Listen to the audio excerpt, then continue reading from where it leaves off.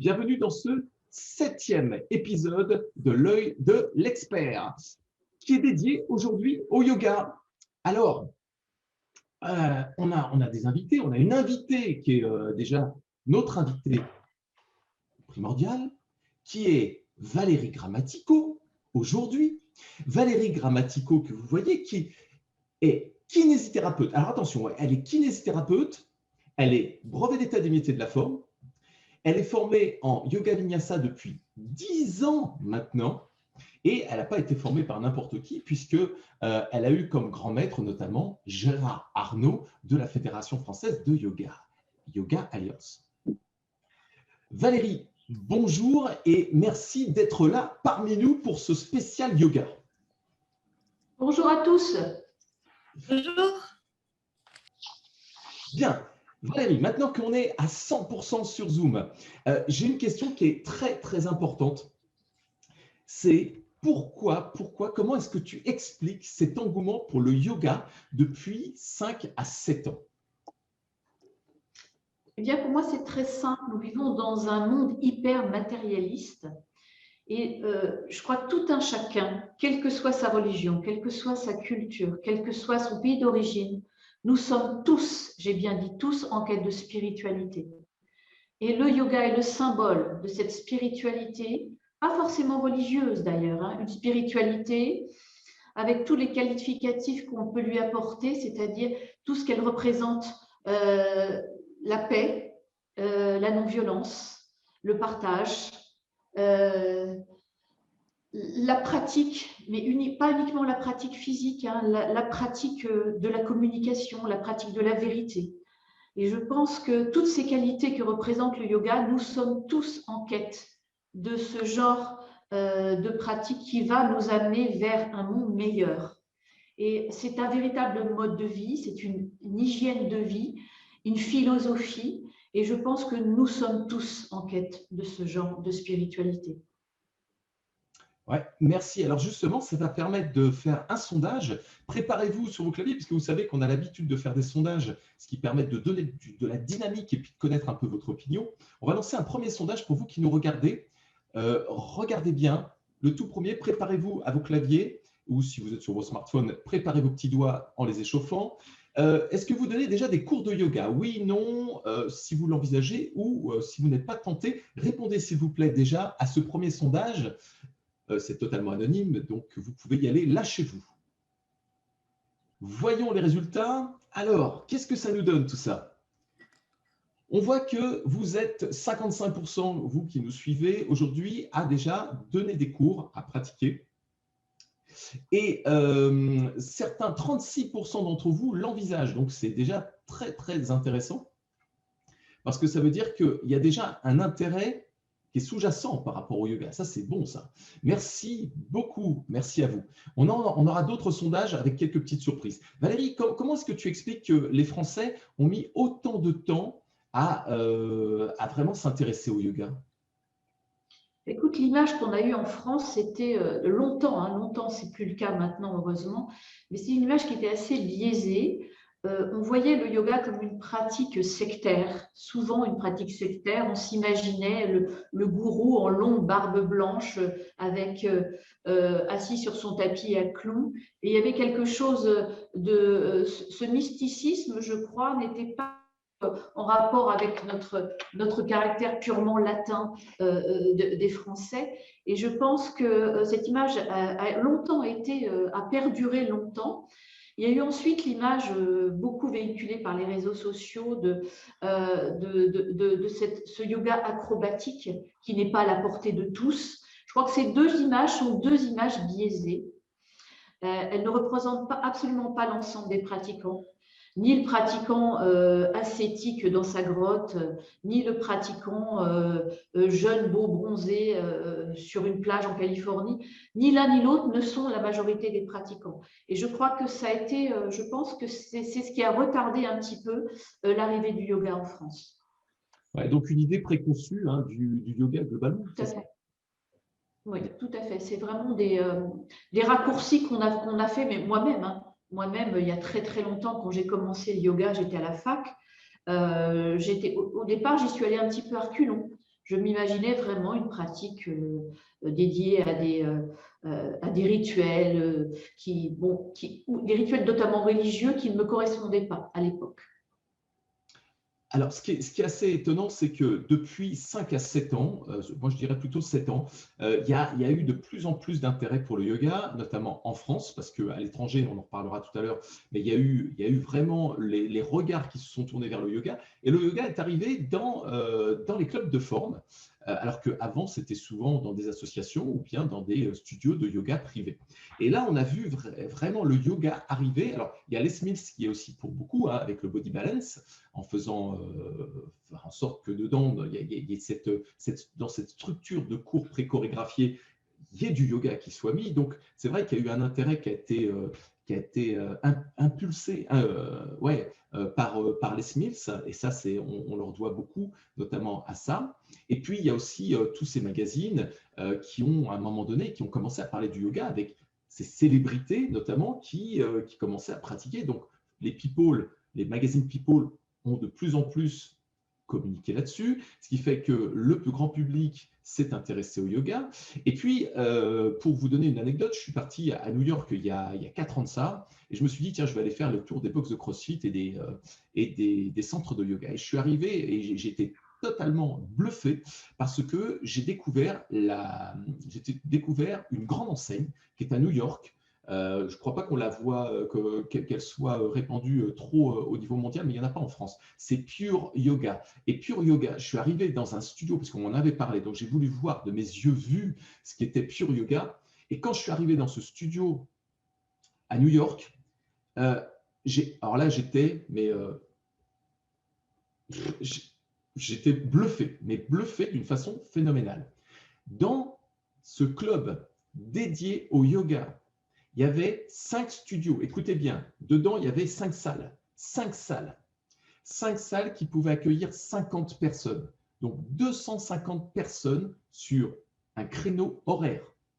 Et 250 personnes, au moment des heures pleines, ces salles, ces studios étaient complets. Ça veut dire qu'il y avait 250 personnes en même temps, ce qui est un truc de fou. Alors, on sait déjà que les Américains font quand même des choses gigantesques, ils ne font pas les trucs à moitié, mais là, j'étais bluffé, bluffé. Pure Yoga, allez voir simplement, tapez Pure, P-U-R-E, Pure en français, Pure, et vous verrez les photos et les vidéos, c'est un truc de malade. Et Dieu seul sait qu'à New York, il y a des studios yoga un peu partout. Hein. C'était déjà, il y a quelques années en arrière, très, très développé. Donc, il n'en fallait pas moins pour que ça arrive en France à un moment donné. Hein. Et c'est vrai que là, les Français se tournent de plus en plus vers le yoga. Alors, pour vous montrer cette tendance et cet engouement international pour le yoga, ce que je vais faire, je vais vous proposer de voir une vidéo d'une marque que vous connaissez peut-être qui s'appelle Lolé. Ce sont des équipements et des vêtements pour justement la pratique du yoga. Et je vais vous proposer donc de regarder cette vidéo. Ça ne dure pas longtemps, ça dure 45 secondes, mais regardez, c'est un tour du monde. Ça s'appelle le Lolé White Tour et c'est en 2017. Et regardez partout au monde ce qu'il se passe. I didn't lose myself this time, baby. I didn't lose myself. I didn't lose myself this time, soldier. I've been around so many times. I've been there so many times.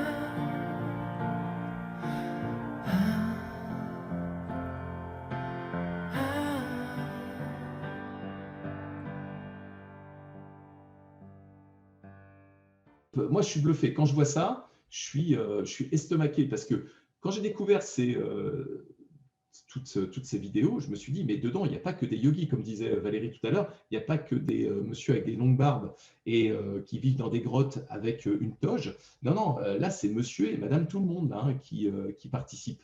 C'est fou, hein? Valérie, je crois que tu adores cette vidéo. Bah, moi, ça me touche énormément parce que c'est là que cette vidéo, elle montre que le yoga, c'est une pratique universelle. Tout un chacun peut pratiquer, quel que soit son âge, quel que soit son niveau. Et ça devient réellement, ça fait partie de notre vie. Hein, c'est pas seulement le tapis de yoga, c'est bien en dehors du tapis de yoga. S'il y a cet engouement-là, c'est que ça fait vraiment partie de notre vie. Le yoga, c'est beaucoup plus qu'une simple pratique physique. C'est vraiment tout un ensemble. Et c'est pour ça que cet engouement-là est présent et ne fera que grandir, à mon avis. Et oui, et donc là en France, on le voit, ça monte, ça monte, ça monte, ça monte. Il y a de plus en plus de personnes qui se forment, que ce soit par la filière classique de 200 heures, parce qu'en général, on passe au moins à 200 heures minimum. Ça, c'est la version traditionnelle. Mais on va voir qu'il y a d'autres versions qui permettent d'y accéder de façon tout aussi qualitative. On en parlera tout à l'heure. On va parler du yoga en France et de la pratique, et notamment de l'enseignement, Valérie, si tu veux bien. Aujourd'hui, on voit que dans les clubs, il y a de plus en plus de coachs qui se forment, et on sait pourquoi, on en reparlera aussi tout à l'heure, c'est par rapport aux rémunérations, parce que le yoga est l'une des 3 disciplines les mieux rémunérées de France dans les clubs, notamment dans les clubs de fitness. Donc ça, on en parlera tout à l'heure, on vous donnera plein de chiffres. Mais d'un point de vue législatif, ce que vous ne savez peut-être pas, c'est que le yoga ne fait pas partie du ministère des Sports, ne dépend pas du ministère des Sports, il dépend du ministère de la Culture, au même titre qu'une religion, par exemple, au même titre que la danse, par exemple. Et donc, étant donné que le yoga est sous l'égide du ministère de la Culture, l'enseigner contre rémunération ne pose absolument aucun problème. Si les personnes n'ont pas de BPGEPS, n'ont pas de CQP, n'ont pas de DOST des métiers de la forme, de brevet d'état des métiers de la forme, etc. Donc, c'est une discipline qui, aujourd'hui, peut être enseignée par n'importe qui sans être diplômé et contre rémunération, contrairement à des disciplines classiques que l'on peut voir en sport. Donc ça, il faut bien le savoir, ça fait partie du ministère de la Culture et non pas du ministère des Sports. Alors, Valérie, est-ce qu'il existe combien? Parce que moi, je l'assimile un peu aux arts martiaux. Ayant pratiqué le karaté, le yoga, je l'assimile aux arts martiaux. Il y a nous, on a plusieurs écoles en karaté, et puis on a toute la philosophie qui va avec, la philosophie de vie. C'est pour ça qu'en général, on ne dit pas karaté, on dit karaté-do, parce que le do, c'est la voix. Et quand tu me parles de yoga, moi, ça me fait penser au karaté. On peut soit pratiquer de façon physique, mais aussi on peut avoir toute cette philosophie qui va avec et qui imprègne toute notre vie. Alors, est-ce que tu peux nous en parler un petit peu? Il existe plusieurs écoles, je crois, en yoga, hein, plusieurs techniques, hein, plusieurs styles. Il existe de très, très nombreuses formes de yoga, mais à l'origine, le yoga que nous connaissons actuellement a été, on va dire, développé par Krishnamacharya dans les années 1920-1930. Donc, c'est le yoga que nous connaissons, hein, le yoga que nous pratiquons. Donc, c'était à l'origine un yoga dynamique. Ensuite, Krishnamacharya a enseigné aux grands maîtres qui ont poursuivi son œuvre. Et différentes formes de yoga ont émergé de cet enseignement principal. Nous avons le Hatha Yoga que nous connaissons actuellement, qui à l'origine était un yoga très ritualiste et qui est devenu maintenant un yoga plutôt doux, basé sur la méditation, sur le travail de la respiration. Donc c'est un yoga tout à fait très, très, très intéressant, je pense, qu'il faut absolument explorer. À mon avis, le Hatha Yoga, c'est un yoga extrêmement intéressant. Il y a ensuite toutes les formes de yoga très dynamiques, le yoga vinyasa, le yoga ashtanga. Ashtanga créé par Patanjali Joy, qui a été formé par Krishnamacharya. C'est un yoga comprenant six séries extrêmement puissantes à tout point de vue, sur le plan physique, sur le plan mental. C'est un yoga extrêmement intéressant aussi à explorer. Vous avez le yoga Iyengar. Aussi, Monsieur Iyengar a été formé aussi par Krishnamacharya. C'était le gendre de Krishnamacharya. Et c'était quelqu'un qui a permis, grâce à du matériel, au bloc, aux sangles, aux suspensions, aux coussins, à adapter un certain nombre d'asanas à tous les pratiquants. C'était quelqu'un d'extrêmement rigoureux. Pardon, Valérie. Asana veut dire posture. Voilà. Asana veut dire posture. Voilà, posture. Et ont émergé ensuite toutes les formes de yoga actuelles. On a le power yoga, on a le yin yoga, yoga très doux. Mais le yin yoga est un yoga extrêmement profond, puissant, très lent, basé sur la respiration, sur la concentration, sur des postures maintenues extrêmement longtemps. Donc, il faut un mental extraordinaire. Yoga passionnant. À l'opposé, on a le yoga très spirituel, je dirais le yoga nidra, un yoga que l'on va pratiquer en demi-sommeil, tout en étant conscient. Yoga nidra. Il y a énormément de formes de yoga qui émergent de ce yoga créé par Krishnamacharya. Je crois que je ne peux pas les nommer tous, mais il y en a énormément. Et je pense qu'il y a tellement de formes de yoga qu'il y a forcément une forme qui va vous convenir. Donc, c'est à nous de trouver notre chemin dans ce yoga, et essayer des cours, essayer de rentrer en contact avec différents professeurs. Il y a tellement de richesse qu'il y a autant de formes de yoga, je pense, que de professeurs de yoga. Parce que quand on enseigne le yoga, nous y mettons notre cœur, nous y mettons tout ce qu'on nous a enseigné, nous y mettons notre expérience de vie, et c'est à explorer. Donc, c'est un champ inépuisable de connaissances. Et Valérie, est-ce qu'il faut être souple pour pratiquer le yoga ou pour l'enseigner? Absolument pas, et j'y tiens.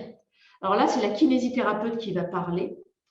Moi, quand j'enseigne le yoga, comme tous les professeurs, j'évalue assez rapidement mon public et je vais assez rapidement repérer les hyperlaxes.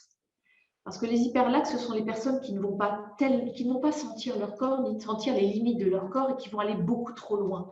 Et à la limite, c'est presque plus ennuyeux d'être trop souple. Je pense qu'il y a plus de risques quand on est très souple que quand on l'est moins, parce qu'on le sent moins et on va aller beaucoup plus loin. Donc pour moi, c'est absolument pas nécessaire d'être ultra souple. Souvent, on me dit, moi, je ne fais pas de yoga parce que je ne suis pas souple. Et je leur dis, c'est parce que vous n'êtes pas souple que vous allez faire du yoga. C'est tout l'inverse. C'est tout l'inverse. Ça me fait penser à une personne qui m'a contacté il n'y a pas très longtemps pour me dire « Oh là là, je ne sais pas trop si je vais me former en yoga parce que je ne suis pas souple. » Et je lui ai dit au contraire, vas-y, lance-toi, tu deviendras beaucoup plus souple en pratiquant. Déjà, on améliore sa souplesse. Il faut savoir qu'on est plus ou moins souple. C'est une morphologie. C'est souvent transmis génétiquement. Et je pense qu'en karaté, tu connais ça. Mais il y a toujours moyen d'améliorer sa souplesse. C'est un chemin de progression. Pratiquer le yoga, c'est se dire qu'il faut être patient, qu'il faut être humble, qu'il faut être authentique, qu'il faut être sincère. Et à partir de là, il y a forcément une progression. Forcément. Tout en restant profondément sincère avec soi-même. C'est fou parce qu'il y a énormément de similitudes avec les arts martiaux. On est vraiment sur quelque chose de très similaire, que ce soit au niveau spirituel, que ce soit au niveau même au niveau de la condition physique. Il y a des écoles en karaté qui sont beaucoup plus faciles pour des grandes tailles et d'autres pour des petites tailles. Il y en a, et je crois qu'on en parlait la dernière fois. Tu me disais qu'il y a des postures qui ne peuvent pas être faites par parfois les occidentaux et qui sont beaucoup plus adaptées aux hindous. Je crois qu'il y a quelque chose comme ça. C'est une histoire de morphologie, encore une fois, une histoire de morphologie. Moi, j'ai une personne dans mes élèves qui n'était absolument pas souple, et puis au courant, c'était un cours individuel, et pendant la pratique, cette personne se met en tailleur avec un dos parfaitement droit, des épaules ouvertes, et j'étais bluffée par rapport à sa souplesse en général, et cette personne m'a tout simplement dit, écoute, moi, depuis que je suis tout petit, on ne s'assoit pas sur une chaise. On s'assoit sur le sol en tailleur. Donc, pour moi, c'est une posture qui fait partie de ma façon de vivre. Comme quoi, on est forcément imprégné au niveau culturel. Et très tôt, les petits hindous ne s'assoient pas sur une chaise, ils s'assoient par terre. Donc, on va formater notre corps grâce à notre mode de vie, à notre alimentation, mais également au sport pratiqué. On on a parfois des sports qui vont avoir tendance à fermer un petit peu la cage thoracique, à fermer les hanches, mais rien n'est perdu. On peut toujours progresser, sachant que certaines postures sont réservées à certaines morphologies, il faut le savoir.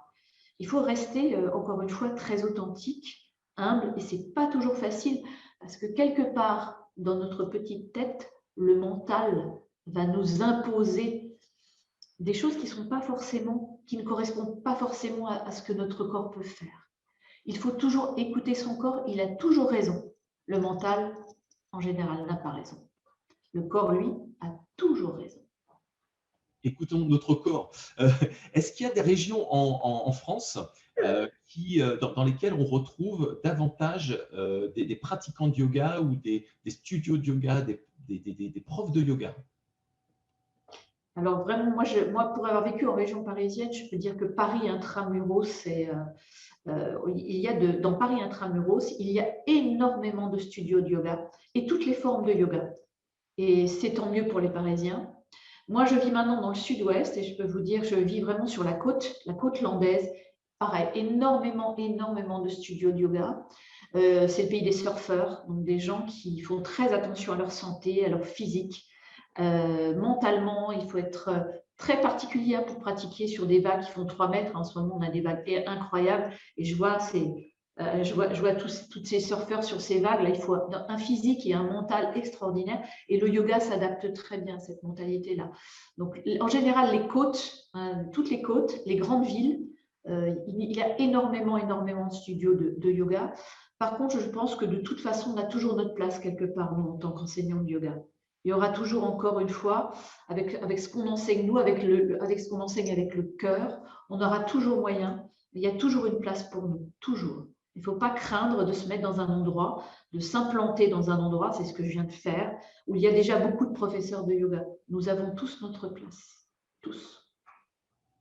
Oui, puis comme c'est une discipline qui, on va dire, un petit peu immergente en France, il y a encore de la place pour vraiment tout le monde, donc vous pouvez y aller à fond. Hein. Est-ce qu'il y a des pays dans lesquels on retrouve davantage cet engouement pour le yoga, mais de façon vraiment prédominante, Valérie? Alors, c'est tous les pays anglo-saxons. Moi, j'ai beaucoup voyagé aux États-Unis. D'ailleurs, j'ai fait des formations aux États-Unis. Et vraiment, je pense que tous les pays anglo-saxons sont des fans de yoga. Franchement, moi, j'ai fait plusieurs États des États-Unis. Alors, moi, je n'ai pas eu la chance d'aller en Australie, c'est la même chose, hein, d'après ce que je vois et ce que j'entends.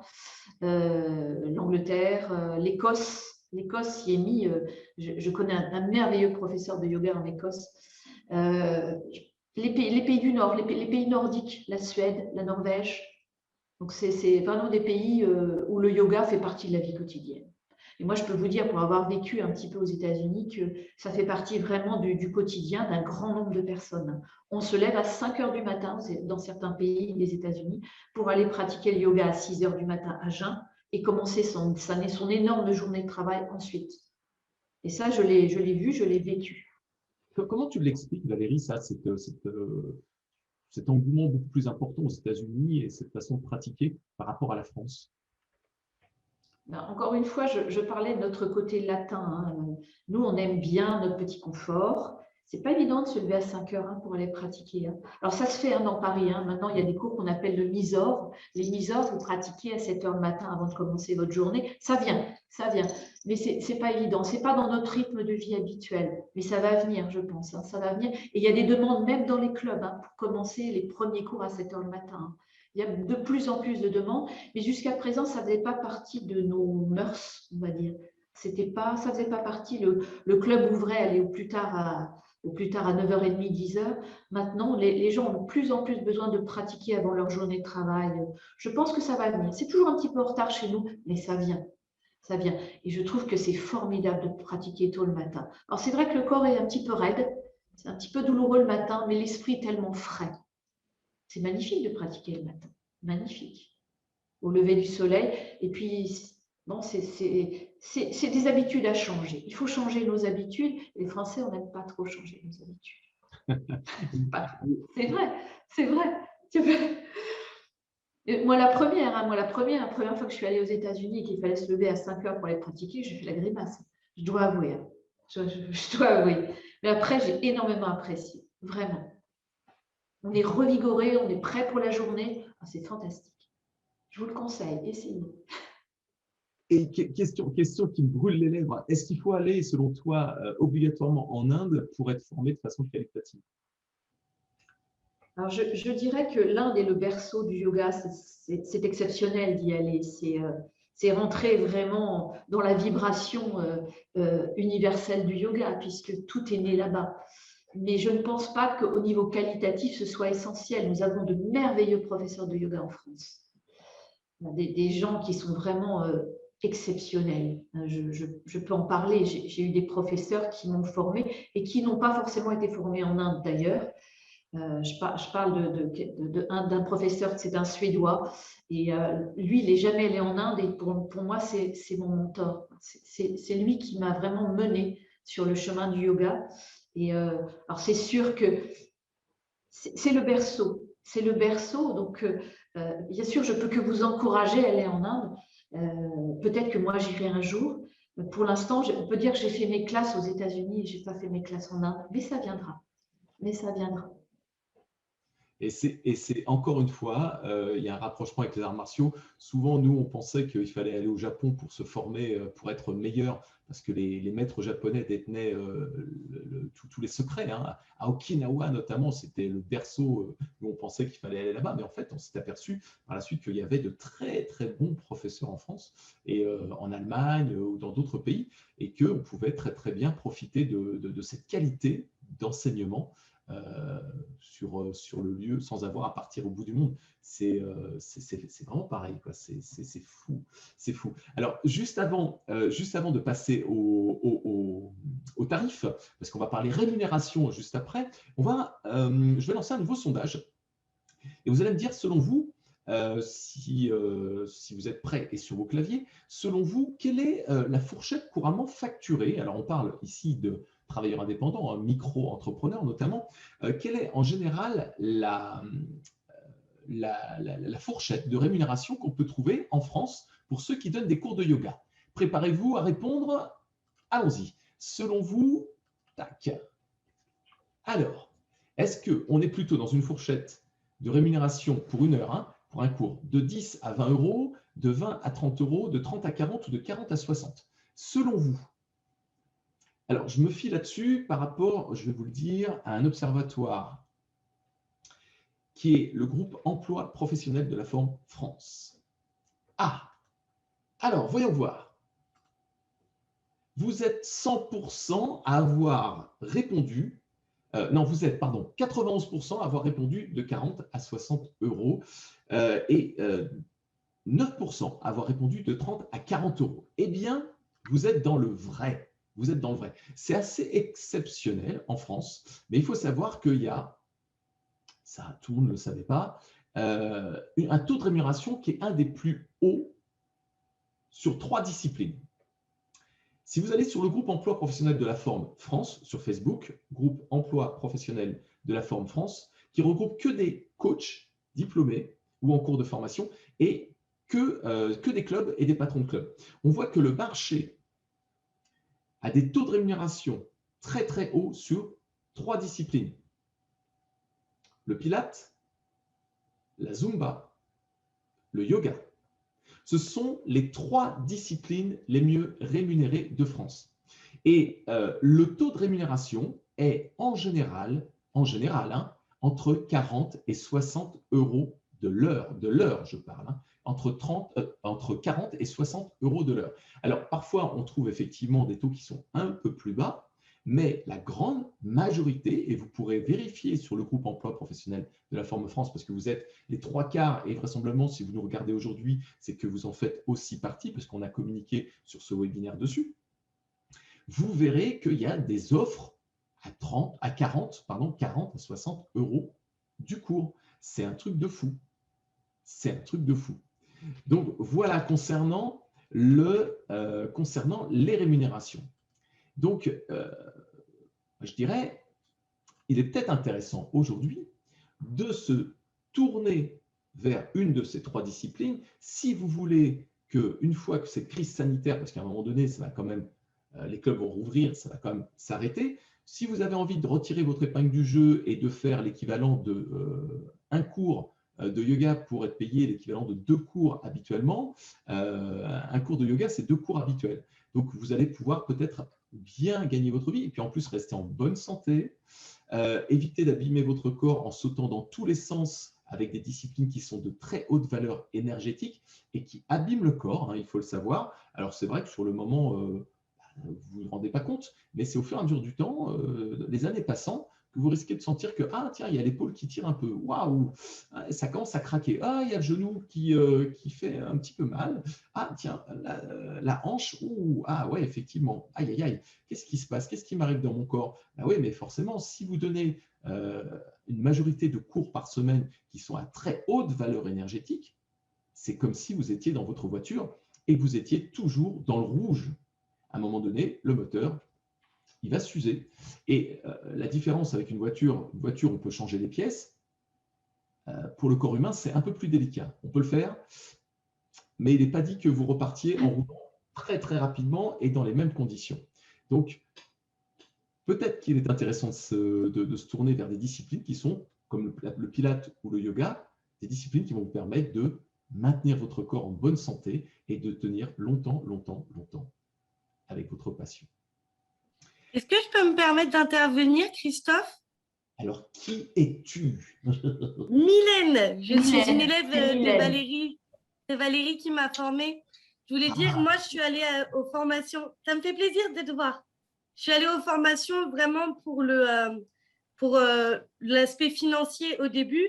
Et ce que je voulais ajouter à ce que tu disais, c'est qu'au niveau de notre façon de vivre en tant que professeur de yoga, quand on entre vraiment dedans, c'est aussi personnel. Enfin, ça va vous aider au niveau de votre corps, de moins vous fatiguer dans les cours, de gagner peut-être un peu plus. Mais ce qui est vraiment beau, c'est la façon dont on évolue personnellement dans notre vie personnelle. Si je pouvais me permettre de rajouter vraiment cet aspect-là, qui pour moi était le plus important et celui que j'ai préféré. Merci Mylène, merci pour cette introduction, très très sympa. Je crois que aussi Valérie, tu as beaucoup d'élèves qui sont là aujourd'hui, et parce qu'ils t'adorent en général, ils vivent une expérience émotionnelle qui est très très intense quand ils viennent faire des formations avec toi. Si on revient, vous êtes tous les bienvenus, hein, vous pouvez à un moment donné intervenir si vous le souhaitez. Laissez-nous simplement un petit commentaire dans la zone de chat et puis on vous donnera la parole à un moment donné. Concernant cette histoire de rémunération, alors pourquoi est-ce que le yoga, le pilate et la zumba sont des disciplines fitness avec un très haut taux de rémunération? C'est très très simple. C'est le principe de l'offre et de la demande sur le marché. C'est-à-dire qu'il y a beaucoup de clubs qui souhaitent avoir des professeurs de yoga ou de pilate ou de zumba, mais il n'y en a pas assez sur le marché. Ce qui fait que les clubs ont tendance à augmenter le taux parce que quand on trouve personne à un taux que l'on propose, on se dit c'est peut-être parce qu'on ne paye pas assez cher. Et donc, ça fait monter les taux. Et comme il y a cette rareté de coachs qui sont formés en yoga, en pilates, en Zumba un peu moins quand même, mais en yoga et en pilates, il n'y a pas forcément beaucoup de coachs qui sont formés. Donc, à un moment donné, vous avez la possibilité d'obtenir des taux de rémunération qui sont beaucoup plus hauts que les autres. C'est pas mal quand même à savoir, hein, cette histoire du marché, de l'offre et de la demande. C'est de l'économie, tout simplement, de l'économie générale. Valérie, est-ce que aujourd'hui, est-ce qu'il est opportun, en l'état actuel du marché et notamment de notre avancée dans la crise sanitaire, d'envisager d'ouvrir un studio de yoga qui pourrait aussi être un studio de pilates, hein, bien évidemment. Est-ce que selon toi, c'est opportun? Je dirais même que c'est le bon moment. C'est le bon moment parce que je pense qu'à la fin de cette crise sanitaire, il va y avoir un véritable rebond, aussi bien sur le plan économique que sur le plan dynamique. C'est-à-dire que les gens vont avoir absolument besoin de retrouver une vie normale, retrouver la santé, préserver la santé. On s'est aperçu à quel point notre santé est fragile.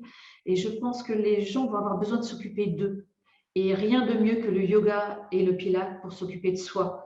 Et je pense que c'est vraiment le bon moment.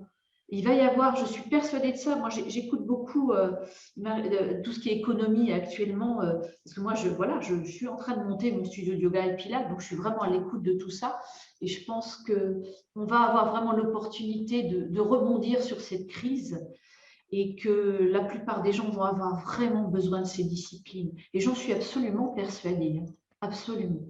Je ne sais pas ce que tu en penses sur le plan économique, Christophe, mais je pense qu'entre le besoin de se retrouver, de s'occuper de soi, de retrouver le bien-être, la santé, et le rebond économique qui va forcément y avoir, comme après toutes les crises, il faut le savoir, on regarde un petit peu dans l'histoire après les guerres, à quel point l'économie est repartie et que les gens se sont mis à consommer. Et je crois que là, il va y avoir un besoin de consommer du bien-être. Et là, les coachs sont là pour ça, vraiment. La consommation du bien-être. Hein, l'hygiène de vie, on voit à quel point, notamment les problèmes de poids sont liés aux problèmes de morbidité dans cette pandémie. Et rien de mieux que le sport adapté à tous. Moi, je parle là de sport santé. Et pour moi, le yoga, c'est du sport santé. Et je crois que le mot sport santé doit être quelque chose qui doit être répété. C'est le bon moment pour s'y mettre maintenant. D'un point de vue économique, effectivement, parce que au-delà de la discipline, quand on regarde ce que coûte d'ouvrir un studio de yoga, ce n'est pas grand-chose parce qu'il n'y a pas besoin de beaucoup de matériel.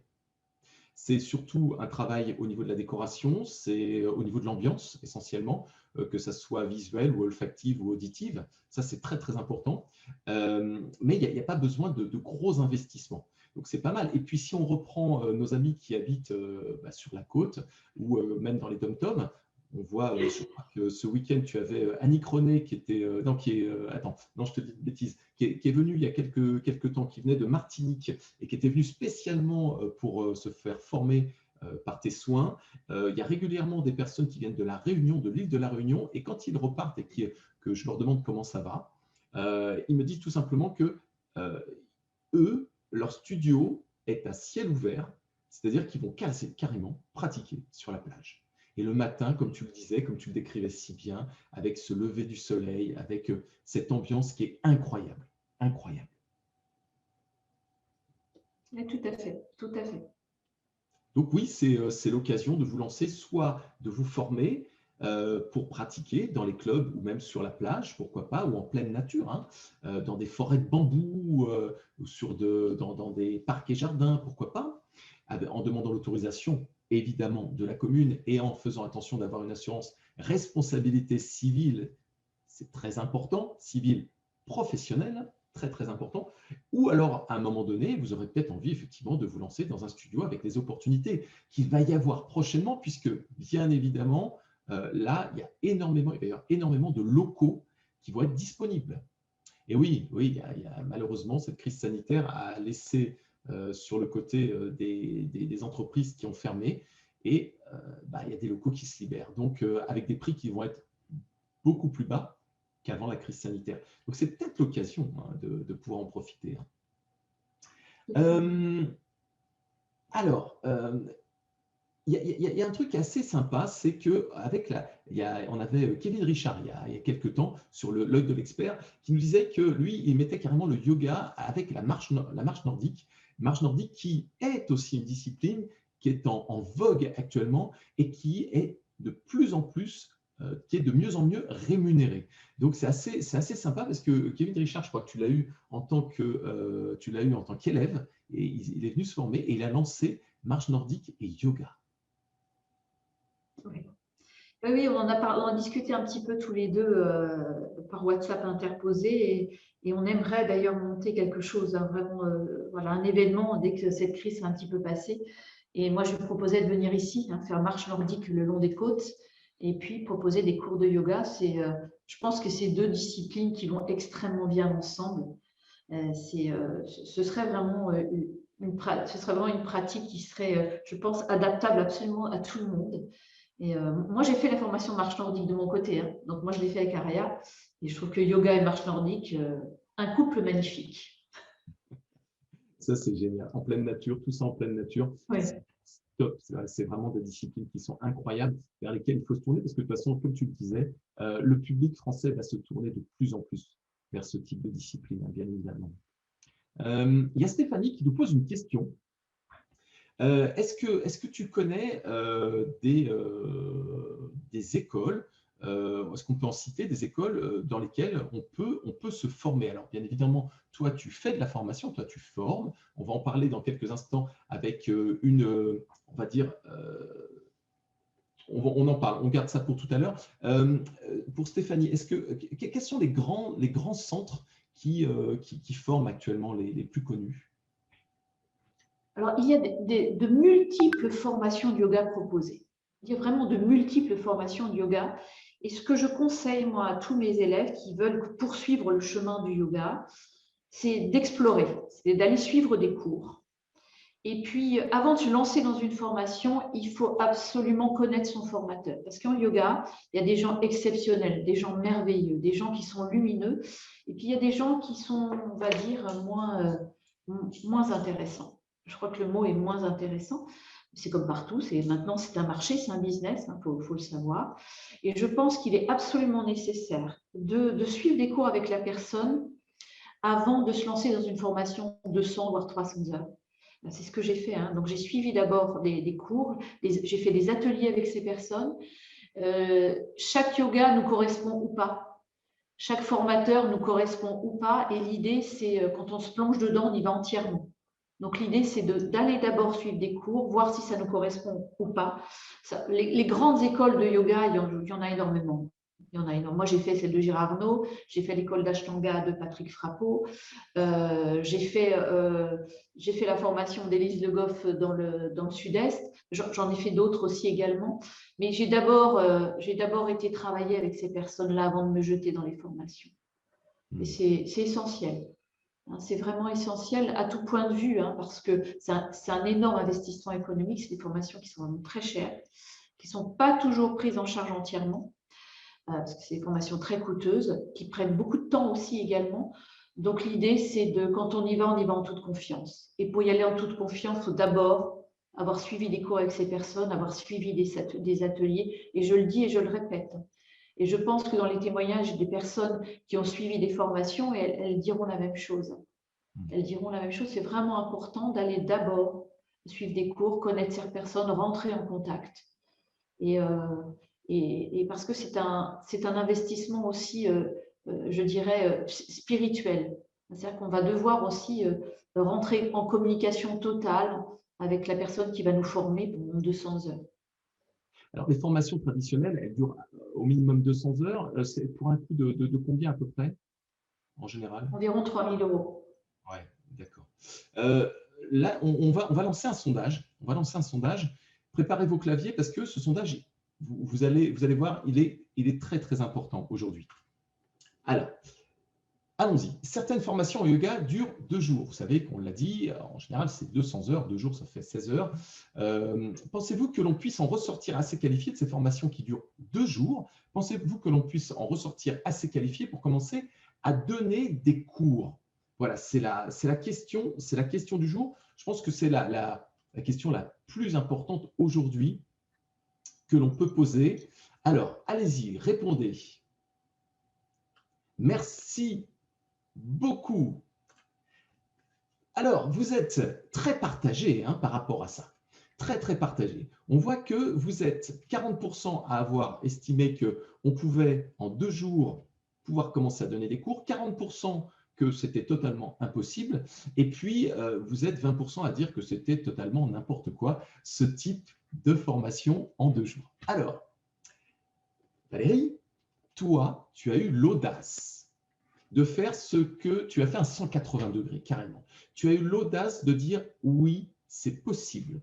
Oui, je relève ce challenge, et oui, pour moi, on peut envisager de former des personnes qui, au bout de 2 jours, pourront commencer à donner leur premier cours.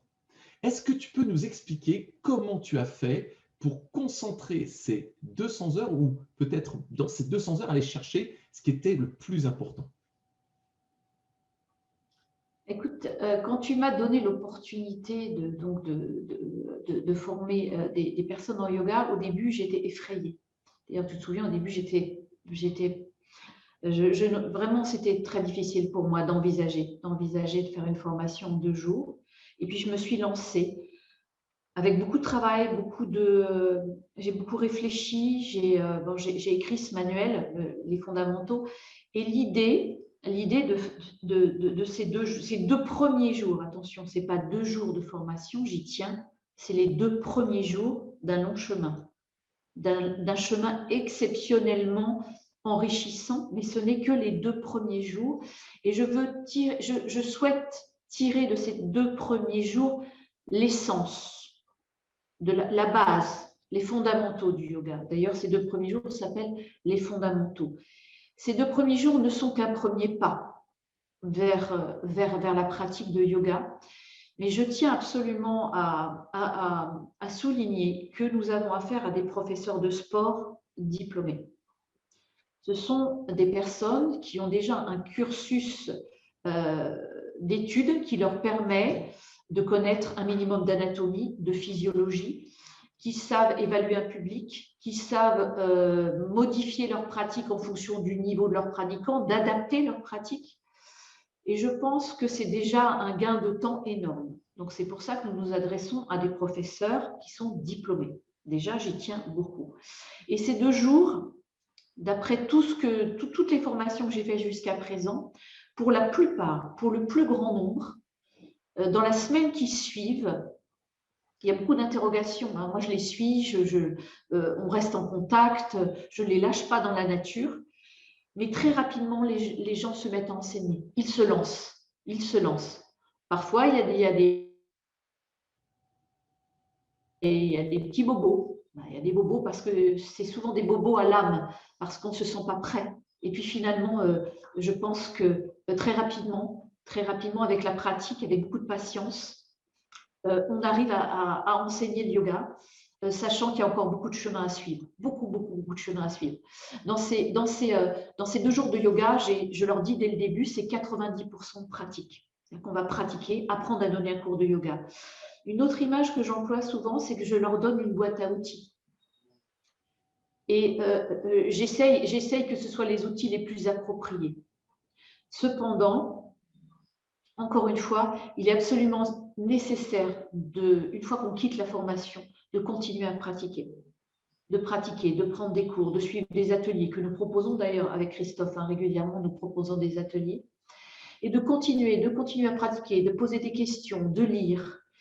Et encore une fois, on reste, Christophe et moi, entièrement disponibles. Et je sais que c'est très impressionnant que les gens sortent de ces 2 premiers jours épuisés. Il y a tellement d'informations. Et puis finalement, au bout de quelques jours, tout ça se décante et on se lance. Beaucoup de gens ont changé leur chemin de vie grâce à leur pratique. C'est grâce à eux, c'est grâce à leur courage. Et je pense que c'est tout à fait possible. J'écoute et j'entends les critiques par rapport à nos 2 jours de formation. J'écoute, j'entends. Personnellement, je ne juge pas. Je n'ai pas à juger. Et je pense qu'on n'a pas à nous juger aussi. Je pense qu'on fait le mieux possible pour que nos pratiquants, nos stagiaires soient lancés dans ce chemin exceptionnel et magnifique du yoga. Écoute, oui, en fait, ça paraît logique, puisque généralement, nous, on demande à ce que ce soit des coachs qui soient déjà diplômés. Donc, comme tu le disais, il y a la partie physiologique, il y a la partie physique, anatomique, biomécanique qui est déjà acquise. Donc, déjà, dans ces 200 heures, on peut déjà retirer cette partie-là, puisqu'en fait, c'est déjà acquis chez nos coachs sportifs. En principe, j'espère. Et ensuite, il y a cette capacité à comprendre beaucoup plus facilement la technique, pouvoir reproduire plus facilement, ressentir plus facilement, parce qu'il y a cette intégrité physique, il y a ce schéma corporel que les coachs sportifs ont déjà acquis, contrairement à des personnes qui se lanceraient dans une formation de 200 heures sans forcément avoir eu ces antécédents au préalable. Et ce qu'il faut savoir, c'est que effectivement, Valérie, elle a divisé ce qui reste en plusieurs petits modules de façon à pouvoir laisser à chacun la possibilité de progresser et de progresser à son rythme en faisant d'abord les fondamentaux, Et puis, quand les fondamentaux sont acquis et qu'on a envie d'aller plus loin, eh bien de passer à un niveau 2 en suivant une formation. Niveau 2, en suivant des formations, en suivant des stages de perfectionnement. Et puis après, parfois, des spécialités, comme par exemple le yoga pour les enfants. Qui est donné non pas par Valérie, mais par Jacqueline Vu, à qui on fait un petit coucou, et qui est une spécialiste justement du yoga pour les enfants. Donc, il y a une possibilité de pouvoir justement ne pas forcément faire d'un coup, d'un seul, ces 200 heures, mais déjà d'exploiter les compétences que vous avez pour pouvoir faire d'abord un niveau 1, prendre le temps d'acquérir toutes les bases, tous les fondamentaux, et après accéder à la suite. Donc, c'est ça que tu as réussi à relever, et c'est un 180 degrés. Ça demande beaucoup d'audace parce que tu savais très très bien que tu serais critiqué par tous ceux qui sont traditionnalistes et qui voyaient d'un mauvais œil qu'on puisse changer peut-être la façon de pouvoir être formé. Donc, bravo, en tout cas, ça demande beaucoup de courage parce qu'il y a beaucoup de critiques par rapport à ça. Et néanmoins, j'ai fait le calcul. Tu es à plus de 300 élèves de formés depuis que tu as lancé cette formation, plus de 300 élèves en France et dans les DOM. Donc, félicitations. Et aujourd'hui, on en a, il y avait Mylène tout à l'heure qui est intervenue. Merci encore Mylène d'avoir fait ton intervention. Ça fait super plaisir. Et Valérie, je sais qu'elle adore, elle vous adore et elle continue à vous suivre régulièrement. Et aujourd'hui, on a invité une célébrité. On aurait pu prendre Jean Dujardin, on n'a pas pris Jean Dujardin. On aurait pu prendre Alexandra Lamy, on n'a pas pris Alexandra Lamy, mais on a pris sa sœur, Audrey Lamy, qui est là parmi nous, alors qui ne voulait pas qu'on puisse la repérer, donc elle s'appelle tout simplement Christelle Frigo. Et Christelle, donc on va t'appeler comme ça aujourd'hui, une célébrité. Christelle, aujourd'hui, tu as été formée par Valérie. Alors, qu'est-ce que tu en penses, toi, tu avais déjà pratiqué du yoga avant? Tu t'es lancé comme ça pour devenir prof de yoga? Comment ça s'est passé? Raconte-nous un peu. Bonjour monde. Donc, merci beaucoup pour Alexandra Lamy. Ça faisait longtemps qu'on ne me l'avait pas faite. En fait, moi, j'ai rencontré Valérie chez Lolé. Et moi, je ne voulais pas du tout faire du yoga parce que je suis quelqu'un, je crois que vous l'avez remarqué, ça bouge dans tous les sens. Donc, je me suis dit, le yoga, ce n'est pas fait pour moi. Et puis, j'ai rencontré Valérie sur un cours chez Lolé. Et ça a été la révélation, en fait. Quand je suis sortie du cours, pour une fois, je me taisais. Ça a fait du bien à tout le monde. C'était un vrai régal. Et moi aussi, pour une fois, dans mon corps, c'est apaisé. J'étais sur un petit nuage. Je me suis dit, waouh, bon, c'est fou quand même. Bon, j'ai retiré l'expérience parce que je me suis dit peut-être que c'était juste parce que voilà, j'étais fatiguée ce jour-là. Mais effectivement, ça fait beaucoup de changements en moi. Et bon, voilà, la vie a fait que moi, j'ai eu un cancer du sein après. Et en fait, ça m'a vraiment énormément aidée. Tout ce que Valérie m'a, pendant la formation, tout ce que Valérie m'a distillé à l'intérieur de moi, ça m'a aidée et pour vaincre cette maladie, mais aussi, et maintenant surtout, pour ma vie professionnelle, parce que toutes les petites graines que Valérie a plantées à l'intérieur de mon cœur et de mon corps, en fait, on fait que maintenant, après toute cette période difficile, j'arrive à en vivre correctement. Et en plus, ça se développe. Et avec toutes les adaptations qu'on apprend également dans la formation de cette petite formation, mais qui est en fait extraordinaire, parce qu'en fait, il y a aussi des adaptations que Valérie nous donne. Mais je réussis maintenant aussi à créer des cours pour les femmes qui ont le cancer du sein ou qui sont en chimio, etc. Donc, c'est assez incroyable parce que cette petite graine, en fait, a germé. Et je me suis aussi lancée maintenant dans une formation de 200 heures. Donc, comme quoi, cette petite formation emmène en fait des énormes choses, des énormes changements dans la vie. Et je distille maintenant, j'espère en distiller aussi bien que Valérie autour de moi tous les bienfaits du yoga que je n'y ai pas quand même au début. Donc, merci.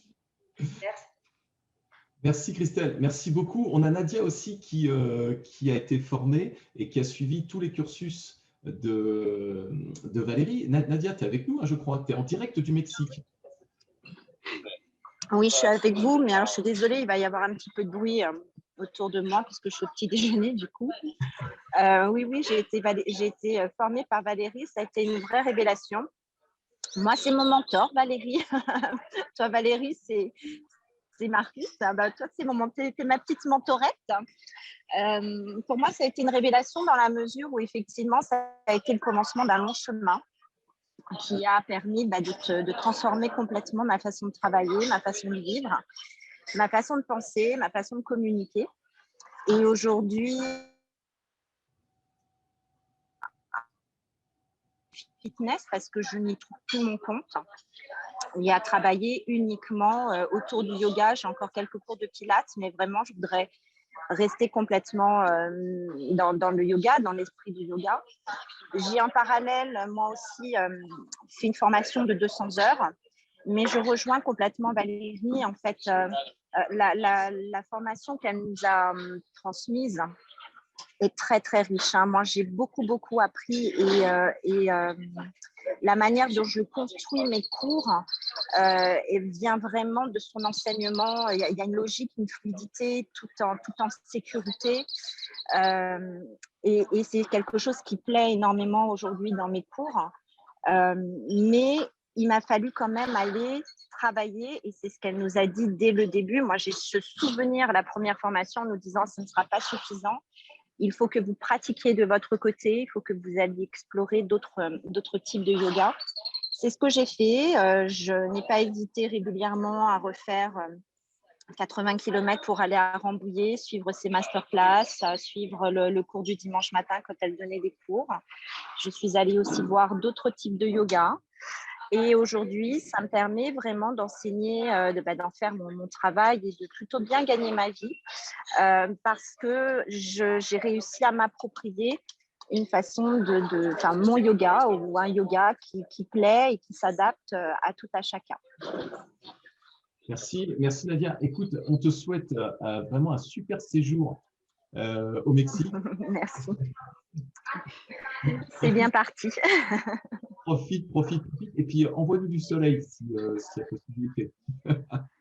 Voilà, je vous envoie plein de bonnes ondes. Avec plaisir. Merci Nadia, merci. Je t'embrasse fort. Merci à toi Valérie. Merci. Et puis, on a un garçon aujourd'hui. Alors, c'était Amirouche. Amirouche, est-ce que tu es parmi nous?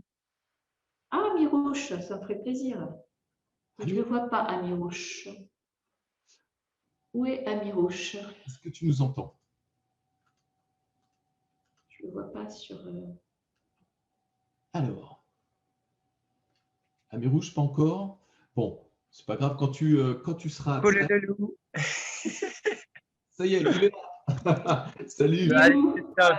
Ah, ça y est, Amirouche, voilà. Bonjour. Bonjour Valérie, bonjour Christophe, bonjour tout le monde.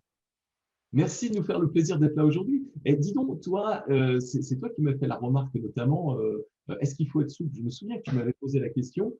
Aujourd'hui, juste comme ça, on te prend quelques minutes pour te poser une, deux questions rapidement. Tu avais déjà pratiqué le yoga, toi, avant de te lancer ou pas? Pas du tout, sincèrement pas du tout. Alors moi, voilà, j'ai eu la chance de t'avoir appelé si Belleville et tout. Je suis coach sportif, mais avant, j'étais le sport de combat, les arts martiaux et tout. Voilà, au niveau de la souplesse, même Valérie, je peux constater ça la dernière fois. Même avec Valérie, j'ai eu la chance, c'est ma deuxième formation avec elle. Je suis pas du tout souple, mais sincèrement, c'était super bien.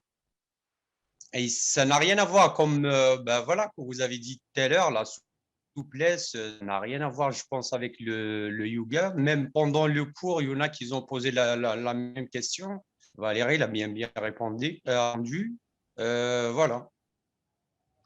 Ouais. Et donc, par rapport à ça, là, tu as suivi, par exemple, le module 1, le premier niveau, qui est en un week-end. Et là, tu as fait ensuite le deuxième niveau, qui est en un week-end également. À l'issue du premier niveau, tu te sentais capable de donner des cours? Le premier, sincèrement, non. D'ailleurs, ma première pendant ma deuxième formation, c'était celle-là. Je demandais directement à Valérie est-ce que voilà, j'arrive vraiment à donner les cours, surtout sur Zoom. Je donnais des cours de pilates, des autres cours et tout, mais par contre, le cours de yoga, pas du tout. Mais par contre, pendant ma deuxième formation, quand j'ai fait ma première formation, c'est clair, j'ai suivi des autres cours via le Zoom, où j'ai même des coachs, des potes, des filles et tout. J'ai suivi des cours et tout. Mais la deuxième formation qu'on a fait, je pense, la semaine dernière, et là, j'ai réussi à connaître mon premier cours et c'était super bien. Sincèrement. Ils ont bien kiffé, ils ont bien adoré le cours. Et j'étais vraiment content. Et j'ai pensé direct à Valérie. Et surtout, il y a aussi Nadia qui, il vient juste d'intervenir et il nous a aidés aussi. Ce que j'adore aussi des cours, les formations de Valérie, à chaque fois, il nous ramène toujours des anciens. Du coup, on pute aussi avec eux. Ils sont pas ils sont là pour nous aider, ils sont là pour, du coup, nous, on profite vraiment maximum. Donc, toi, il t'aura fallu non pas 16 heures, mais 32 heures, deux week-ends pour pouvoir te lancer pour donner des cours, c'est ça? Sincèrement, oui. Et donc, là, le succès vu que tu t'es lancé depuis cette semaine, non, la semaine dernière, depuis la semaine dernière, qu'est-ce que ça donne pour toi? Les retours sont comment? Sincèrement, c'était bien parce que le retour, si c'était pas bien, je peux pas le dire. Ils ont bien aimé, ils ont bien kiffé, ils ont dit c'est à refaire. Après, bien sûr, moi aussi, sûrement il y a des trucs à régler et tout. Comme c'est mon premier cours, du coup, il y a toujours petites, si j'ose dire, des petites coupures en quelque sorte. Voilà, il y a des réglages à faire quand même. Mais ça a été, sincèrement, ça a été. C'était super bien. C'était super bien. Et oui, comme dans tous les cours qu'on est amené à donner, hein, c'est pareil, il y a toujours des petits moments d'incertitude. Quand on a appris à conduire, c'est pareil. La première fois où je me suis retrouvé dans les bouchons à devoir conduire tout seul, j'étais pas fier, hein, j'étais pas fier du tout. Et donc, mon premier cours de body combat, c'était la même chose. Mon premier cours de c'était la même chose. Et pourtant, derrière, il y avait eu des heures et des heures de travail. Mais on est tous un peu pareil, effectivement. Ouais. C'est donc, faut trouver le temps, comme disait Valérie, il faut trouver le temps pour, à un moment donné, se dire, allez, j'y vais. Et puis, c'est comme le vélo, hein, il faut y aller tout de suite. Et puis, il ne faut pas laisser trop le temps passer parce que sinon, après, on a tendance à craindre de plus en plus à se lancer. Donc, c'est ce que disait Valérie. Il faut se lancer. Une fois que vous avez tout en main, continuez à suivre des cours, continuez à vous intéresser au yoga. Et allez-y les copains. Vous allez voir qu'en face de vous, vous n'avez pas forcément des publics qui sont ultra avertis par rapport au yoga. Donc, vous allez donner votre cours, vous allez vous perfectionner au fur et à mesure du temps, et puis toute cette maturité que vous allez en ressortir va faire que vous allez devenir bien évidemment meilleur. Même les plus grands passent par là. Hein. C'est l'apprentissage, c'est comme ça. Si je peux me permettre. Oui. C'est juste pour appuyer un petit peu. Moi, dès le premier week-end de formation, je m'étais donné comme défi, justement, dans un week-end de bien-être, de donner une initiation au yoga. Et c'est vrai que moi, j'ai eu les chocottes et j'avais dit à Valérie, j'y arriverai jamais.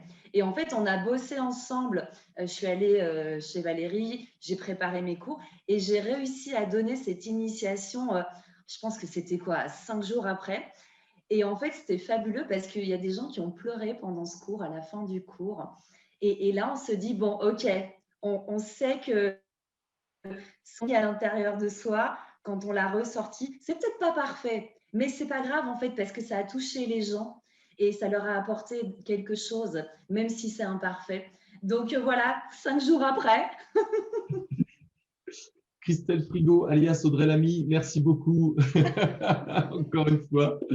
Bon, est-ce que vous avez, les copains, merci beaucoup, hein, est-ce que vous avez des questions éventuellement à poser à Valérie? Profitez-en pendant qu'elle est là, vous qui êtes derrière l'écran. Allez-y, on vous attend, vous les mettez dans le chat. On va vous donner des bonus pour ceux qui se sont inscrits à ce webinaire. On va vous envoyer des bonus, on va vous envoyer ce replay. Vous allez pouvoir avoir tous les meilleurs conseils de Valérie en termes de lecture, mais aussi un film magnifique. On vous laisse ça dans les bonus qu'on vous envoie après ce webinaire avec le replay. En tout cas, c'est super. Valérie, dis-moi, est-ce que tu nous réserves éventuellement une surprise, un truc? Parce qu'on a vu par exemple le niveau 1, le niveau 2. Tu ne réserverais pas un niveau 3 prochainement? Absolument, absolument. Je compte, on va prolonger en fait le module 2 par encore un week-end supplémentaire où on va pouvoir approfondir encore plus notre pratique. Et j'ai très, très envie de rentrer en collaboration avec un professeur de yoga spécialisé dans le pranayama. Moi, je pratique le pranayama pendant ma pratique de yoga, bien évidemment, puisque ça fait partie intégrante, je dirais même, c'est un des piliers du yoga. Mais pour vous l'enseigner à vous, les stagiaires, il faut un professeur qui soit vraiment spécialisé dans le pranayama. Donc moi, mon but, c'est de prolonger, de rajouter encore un week-end où il y aura justement cette spécialisation en pranayama, le travail du souffle, le contrôle de notre énergie. Le prana, c'est notre énergie vitale. On dit que la vie d'un yogi ne se compte pas en jours, mais en nombre de respirations. Donc, cette pratique, elle va devoir être essentielle dans notre formation, la formation Christophe Batz. Et j'y tiens absolument. Et quelqu'un qui pourra aussi vous enseigner, avoir le temps de vous enseigner les bases de la méditation, ce que l'on aborde durant nos formations. Mais je voudrais que ce soit beaucoup plus, encore une fois, approfondi. Après le module 1, nous rentrons vraiment dans des modules où nous approfondissons nos connaissances, où nous continuons à chercher. Je voulais juste rebondir sur l'imperfection. J'ai entendu, c'est pas parfait.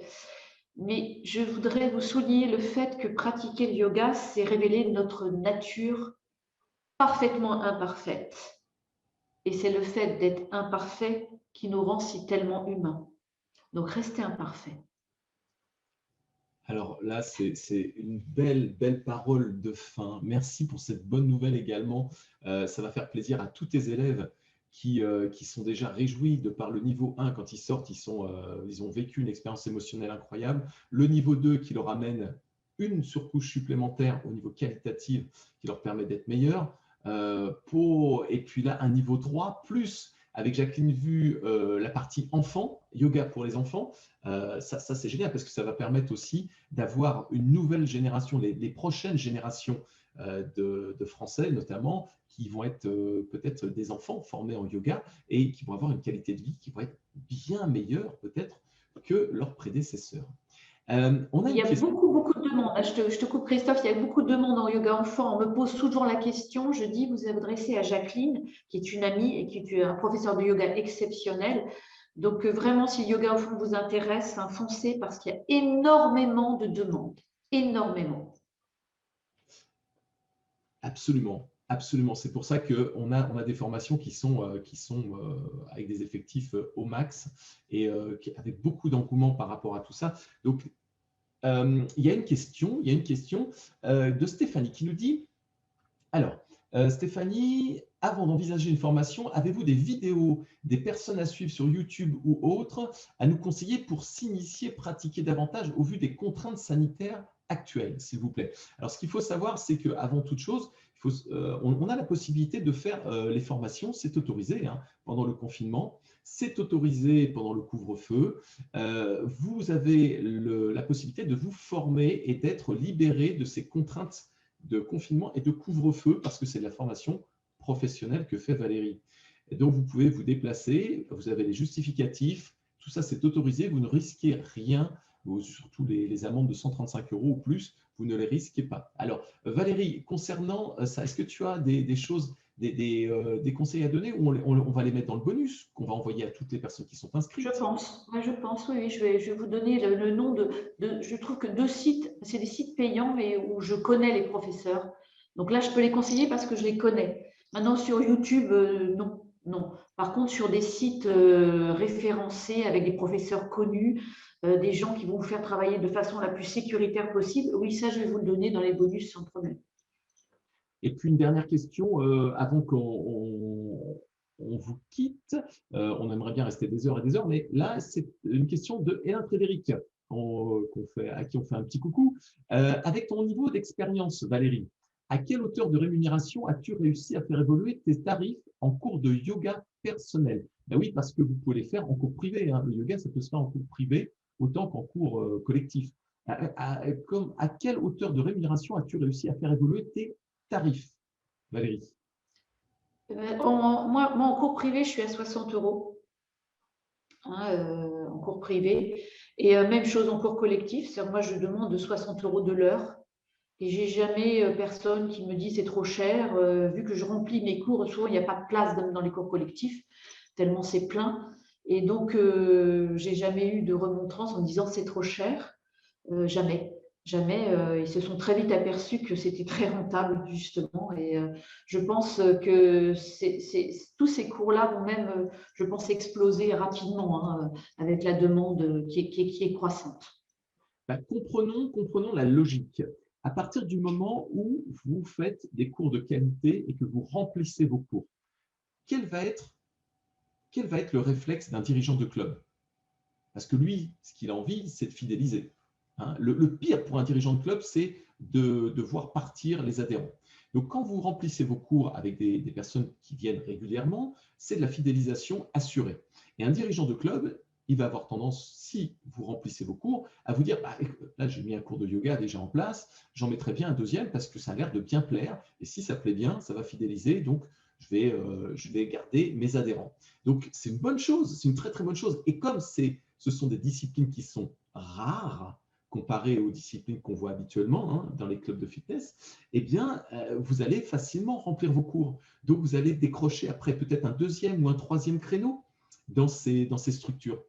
Et si vous arrivez à décrocher, par exemple, 2 créneaux d'affilée, imaginez-vous, c'est comme si vous travailliez 4 heures pour être rémunéré 2 heures. Et ça c'est vraiment top. Donc, vous comprenez maintenant pourquoi le yoga est une des disciplines les mieux rémunérées de France. Vous le savez, c'est cette logique économique.